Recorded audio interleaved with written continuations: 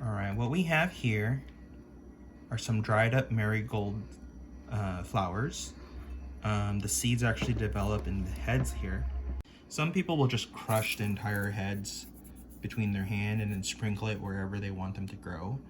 But you know, I would always recommend separating it. When you separate the chaff from the seed, it means there's going to be less pests, because all that plant matter can actually are hiding places for pests to get into your seeds. So I like separating. I'm going to show you how to take this apart. Okay. All right, so these are just the old petals. They're all dried up. I just remove them just like that. And you can see marigolds actually have really long seeds here.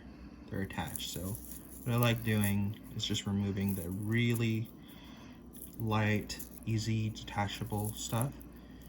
And there you have it.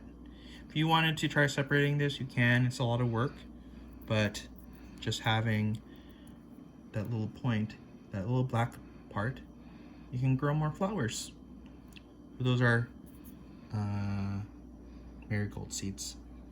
There's a pot marigold that looks a little bit different from this, but essentially the process is the same. They form these little seeds here. Okay, so that's how you get marigold seeds.